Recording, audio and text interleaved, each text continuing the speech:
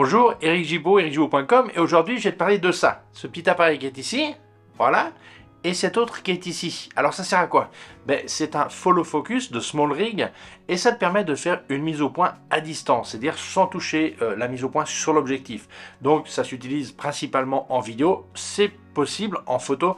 Pour certains cas particuliers, personnels, je en parlerai un petit peu plus en avant, c'est possible, et je vais donc te parler de ça en détail. Alors n'oublions pas que mes vidéos en français sont sponsorisées par Arvia, écoledephotographie.com, qui permet de te former à la photographie à distance, mais je te parlerai de tout ça en fin de vidéo. Je te dis simplement 3 petits points maintenant. 1. Si tu t'inscris de ma part, tu reçois un bouquin photo en appui pédagogique. 2. Si tu passes par un financement CPF, compte personnel de formation, il est important que si tu veux être bientôt à la retraite, il faut t'inscrire avant de partir à la retraite. Même si tu fais la formation une fois à la retraite, ça, il n'y a pas de problème. Et 3, durant 2023, la loi sur le CPF va changer. En principe, il n'y aura plus de financement à 100%. Donc, je te conseille de t'inscrire au plus vite avant que la loi change, puisque ce qui comptera, ça sera la date d'inscription. Mais on parle de tout ça en fin de vidéo. Allez, c'est parti. Alors, dans l'introduction, j'ai dit que c'était pensé pour la vidéo, mais certains pour l'utiliser en photographie. Alors, je m'explique, c'est important. Pas mal de gens qui ont un handicap et qui sont dans un fauteuil roulant m'ont contacté parce que leur problème, c'est qu'ils sont trop loin de l'appareil pour pouvoir faire la mise au point ou vérifier tout ça. Donc, évidemment, tu n'es pas obligé de monter tout ce bazar quand tu utilises ce genre de choses. Et ça serait tout à fait possible, à mon avis, de monter un genre de rig, c'est-à-dire une cage ou un système sur le, ou un mât, je sais pas, sur un fauteuil roulant, et que justement ils aient cette possibilité de faire une mise au point à distance sans avoir à regarder par le viseur avec un écran de contrôle, et ça serait possible, ok? Donc j'ai pensé à eux en disant cette partie photographie, et je pense que ça peut être pratique. Évidemment c'est un peu le bazar, mais bon, il y a quelquefois des obligations dans la vie qui font que l'adaptation à l'activité qu'on veut faire complique un petit peu, mais bon, si j'en vois beaucoup qui conduisent une voiture, je pense qu'il n'y aurait aucun problème à ce qu'ils dirigent un appareil photo en faisant une mise au point de cette manière, voilà. Alors, en quoi ça consiste? Eh bien, d'un côté, tu as un petit moteur qui va se poser sur l'objectif. Alors, ça, c'est un objectif de cinéma qui a des dents crantées.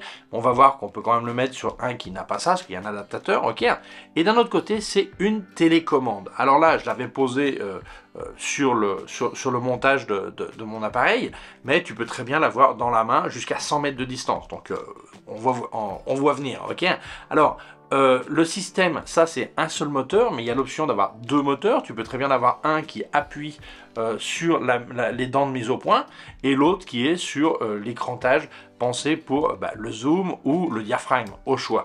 Mais l'idée c'est bien ça, c'est que même où tu l'as directement collé à l'appareil, ou tu peux être à distance, voilà. Alors au fait, si jamais tu vas acheter du matos photo ou vidéo et tu te faisais chez Digit Photo, ça serait vraiment sympa, comme à l'écran, là où ça marque code créateur, tu marques Gibaud et ça me file un coup de main et toi ça te coûte pas plus cher. Merci, continuons. Alors, les youtubeurs, on nous envoie pas une belle boîte, on nous envoie une boîte marron, toute bête.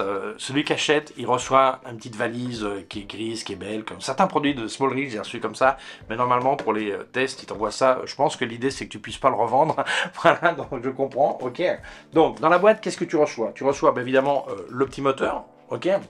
Tu reçois la télécommande, tu reçois un support au cas où tu pourras le mettre sur un rig existant. Il te donne même un tube au cas où tu n'aurais pas de tube. Alors moi je ne l'ai pas utilisé, hein, il est là, voilà, le tube est là. Il est en aluminium. Ceux-là sont je sais pas, ils ont l'air d'être en carbone, ok. Après, tu reçois, alors ça sur la télécommande, au cas où la roue elle est trop petite, t'aimes bien avoir, voilà, pour que l'effet dans ta main soit différent, tu as une roulette, une molette additionnelle, ok. Après, important, si ton objectif n'est pas cranté comme celui-ci qui est un objectif de cinéma, d'ailleurs que je vais présenter bientôt, il n'est pas cranté, eh bien il t'envoie, voilà, c'est ça, en fait tu le poses sur ton objectif, là j'ai mis sur le zoom, mais enfin si je gère le pare-soleil, il pourrait être sur la mise au point, ok.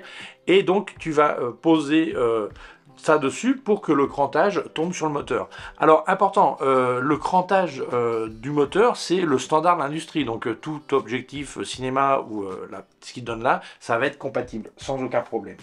Deuxièmement, ce petit moteur, alors la télécommande a sa propre batterie interne qui dure une vingtaine d'heures, qui se recharge par USB-C, ok. Par contre, le petit moteur, Lui, il n'a pas de batterie interne, donc il faut l'alimenter. Il y a deux moyens. Alors, ils te fournissent un câble USB-C que tu peux brancher ici. Et dans ce cas-là, tu vas pouvoir l'alimenter. Là, j'ai un pack de batterie qui l'alimente. Ok. Deuxième option, c'est de lui mettre cette petite plaque qui vient inclus dans le kit. Une plaque pour mettre, alors tu le mets là, hop. Ok, et donc tu peux mettre un pack de batterie. Alors où est-ce qu'elle est la batterie? Alors j'ai perdu la batterie, elle doit être par là, elle va. J'ai perdu la batterie. Voilà, elle est là. Pourtant c'est pas grand, hein. Ok. Eh bien tu mets une batterie de ce type, type FP, voilà. Donc voilà, FPS ou comment on s'appelle, voilà. Donc ça c'est ce qui t'arrive dans le kit pour que tu puisses opérer. Voilà. Alors comment ça marche? Ben, c'est tout simple. Pour l'allumer, tu vas appuyer sur les deux boutons sur le côté, ok? Et il va falloir calibrer. Alors pour calibrer, tu vas appuyer sur la flèche du bas qui est ici, tu vas laisser appuyer, ça t'indique 1, 2, 3 secondes, ça fait un compte à rebours, et ça démarre. Et là, tout seul, ça cherche le début et la fin de ta bague de mise au point. Voilà, il a trouvé la fin, il redépart et il repart sur le début. Voilà, c'est calibré. Là, j'ai allumé ça, et là, pareil, maintenant, je vais pouvoir tourner ici. Et comme, je ne sais pas si tu vois, mais ça va changer la mise au point. Alors je vais mettre là, peut-être que tu vas me voir un peu mieux. Je ne sais pas si tu vois bien parce que c'est un grand angle, donc c'est pas évident que tu vois vraiment la différence, ok. Et l'exposition n'est pas forcément la bonne non plus. Mais enfin voilà, à distance, je peux contrôler ça. Donc c'est vraiment tout simple à mettre en œuvre, hein. C'est vraiment, vraiment tout simple. Donc si tu es l'opérateur, c'est le même opérateur qui est en train d'enregistrer et qui fait la mise au point, évidemment il va coller ça près de l'appareil. Et si c'est quelqu'un d'autre, eh ben, il sera à distance avec ça. On va en parler tout de suite d'ailleurs. Alors, sur la télécommande, là, il y a plusieurs choses. D'abord, tu peux bloquer la mise au point où tu veux. Deuxièmement, tu peux mettre un point A et un point B. Par exemple, je veux faire focus rack, comment dire, de tel endroit à tel endroit. Et je ne veux pas me tromper, donc je fixe où je démarre et où je m'arrête. Donc, je vais pouvoir me bouger que dans cet espace. Deuxièmement, quand tu déplaces la roulette, tu vois ici, tu as un petit cercle qui se déplace pour que tu saches à peu près où tu es. Et autre chose super intéressante, c'est que là, tu as un petit numéro, tu vois, là ça marque 601, mais si je bouge, ça marque là 662. En fait, c'est la position exacte de la mise au point. Ça veut dire que si jamais il fallait que tu démontes ton matos ou changes une batterie ou n'importe quoi, ou tu éteins les appareils, quand tu redémarres, eh bien tu peux le repositionner exactement à ce numéro. Donc si la scène n'a pas changé, tu n'as pas perdu ta mise au point. Donc entre deux prises, si jamais il y a une raison technique, tu dois éteindre ou tout ça, tu peux redémarrer là où tu étais et tu es sûr que la mise au point est faite exactement au même endroit. Donc ça c'est vraiment un truc qui est superbe. Après, tu as la possibilité de démarrer l'enregistrement depuis la poignée. Alors là, il faudrait mettre, là dans ce cas-là, ça serait si tu avais le câble USB connecté à l'appareil. Alors c'est par là ou par là. Mais c'est USB, c'est un câble spécial, ils les vendent à part. Si jamais ça t'intéressait, suivant l'appareil que tu as, c'est des câbles séparés, ok. Moi, je ne l'ai pas utilisé parce que je pense que l'opérateur pourra mettre cliquer dessus. Mais si tu es vraiment tout seul et à distance, je sais pas, imagine ce que tu veux, hein. Eh bien là, tu pourrais parfaitement démarrer l'enregistrement à distance. Autre chose, beaucoup de gens ne comprennent pas trop le sens le besoin que ça soit sans fil. Ils disent, bah, pourquoi tu ne le mets pas là et tu as un câble qui va là? Eh bien, parce qu'en fait, si tu travailles tout seul et tu fais tout sur l'appareil, bah, effectivement, il n'y a pas forcément besoin de ça. Mais quand tu fais une production de vidéo, normalement, sur un appareil, il y a deux personnes qui sont responsables. Un va s'occuper du cadrage et de la composition, tout ça, il va déplacer l'appareil si nécessaire. Quelquefois, il y a plus de gens encore, hein, mais normalement, c'est minimum deux, si tu n'es pas tout seul, ok. Et donc, cette personne s'occupe du cadrage et tout ça. Et c'est une autre personne qui s'occupe de la mise au point. Donc cette personne s'occupe de la mise au point. Avant, ben, il y avait un espèce de câble sur le côté, hein, et ils marchaient les deux en même temps. Si ça vient un déplacement, ils étaient l'un à côté de l'autre, ils partageaient l'écran et il y a un mec comme ça en train de faire la mise au point au vol. Tandis que là, le fait que ça soit sans fil, eh bien, le mec qui va s'occuper de la mise au point peut être assis dans une autre pièce, sur un grand écran s'il veut, ou il utilise un écran comme ça qui, comme j'ai présenté sur la vidéo il n'y a pas longtemps, qui a un écran qui peut être aussi sans fil, donc il peut retransmettre sur sur un iPad ou sur un autre écran de ce genre. La personne peut être à l'ombre, bien assis, voir bien, et faire la mise au point sans être à côté de l'appareil. Donc ce qui va te permettre de travailler avec beaucoup plus de précision, et c'est pour ça que la production de vidéo c'est quelque chose d'assez compliqué pour que ça soit vraiment bien fait. Mais là on parle d'une production avec des ambitions professionnelles, ok, même si t'es amateur, mais l'idée c'est de faire un résultat pro, voilà. Donc ça c'est vraiment un truc qui est indispensable, un follow focus, et dans ce cas là s'il est sans fil, ben, à mon avis c'est encore plus intéressant, voilà. Alors, si jamais tu veux monter ça à côté de l'appareil, ben, tout simplement, tu as l'accessoire qui te vient avec, là, hein, je le monte comme ça pour que tu vois, tu le visses. Alors, tout ce qui est matos chez SmallRig, ça a un toucher, tout ça, c'est magnifique. Hein. Alors, je le mets là, ok, hop. Voilà, voilà, ben voilà, je le laisse monter ici, et là, comme tu vois, ben, il est là, et donc je vais pouvoir bouger là. Voilà, dans le cas où je me serais tout seul, voilà, et je veux pas... ça évite un câble qui soit à distance comme ça, mais tu peux l'utiliser près de l'appareil si tu veux, voilà, c'est aussi simple que ça. Bon, sincèrement, je trouve ça fantastique. Alors, comme j'ai dit dans la vidéo quand j'ai présenté l'écran, bah, quelquefois il y a des commentaires qui sont un petit peu vexants, de gens qui disent « Ah ouais, mais ça c'est de la pub et tout ça ». Alors si je présente l'appareil photo dont ils rêvent, c'est pas de la publicité. Par contre, si je présente ça, c'est de la publicité. Non, c'est pas ça en fait. En fait, c'est qu'il y a beaucoup de gens qui demandent des informations sur ce genre de trucs parce que ça les intéresse, que ce soit des accessoires vidéo, des accessoires photos, peu importe, ça les intéresse de savoir ce qui existe. Beaucoup de youtubeurs ne présentent pas ce genre de trucs parce que ça fait pas énormément de visites. Moi, je pense que c'est intéressant pour moi, les utiliser. C'est intéressant pour les gens qui peuvent être intéressés d'avoir mon avis, mes impressions. Donc c'est pour ça que je présente aussi ce genre de produit. C'est en rien un placement de produit, en rien une publicité. C'est simplement un produit que je teste comme je pourrais tester le dernier appareil photo ou l'avant-dernier ou un appareil photo quelconque ou un objectif. Voilà. Donc c'est aussi simple que ça. Donc je pense que ceux qui sont intéressés par la vidéo, ben, c'est intéressant de savoir que ça existe. J'ai expliqué le cas particulier des gens qui peuvent avoir un handicap, ben, ça aussi, moi je pense que c'est un truc à penser, ok. Évidemment, tu n'es pas obligé de monter tout ce bazar, hein, voilà.